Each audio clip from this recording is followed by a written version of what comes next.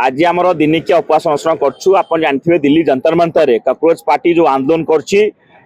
जो विभिन्न छात्र संगठन बसुँच जो सोनम बागचु अनशन सहित अन्य जो बसुँच समर्थन देकी आज आम ये बसचु आम दाबी होची जो दाबी आज शिक्षा व्यवस्था पूरा बर्बाद कर देती आम दाबी होची धर्मेंद्र प्रधान इस्तीफा दिंतु ये दाबी को लेकिन आज आम ये उपवास अनशन कर आम आज गोटे दिन उपवास अनशन करुँ जो आप देखिए शिक्षा व्यवस्था आप देखिए केन्द्र हो कि राज्य हो ओडिशा जमी पाठ्य पुस्तक जमी हजार हजार भूल अच्छे आप देखिए पिला जो पाठ पढ़ा जगह जमी जो हिसाब देखते आज देखिए ये षड्यंत्र चलती ये जिनस कौन हम ना पिला बर्तमान बापा माँ आ गवर्नमेंट स्कूल पठेबे ना ये कौन प्राइवेटाइजेशन घरे कौन से डेभलपमेंट करने एमती भूल कले कौन हम ना बापा माँ भयभीत हे पिला प्राइवेट स्कूल पठेबे ये सरकार लोक सरकार नुहे ये पुंजीपति सरकार आम डिमांड दिल्ली जो कॉकरोच पार्टी बस जो डिमांड बस धर्मेंद्र प्रधान तुम ओडिशा आसिक केन्द्र रसबाड़ी खाऊच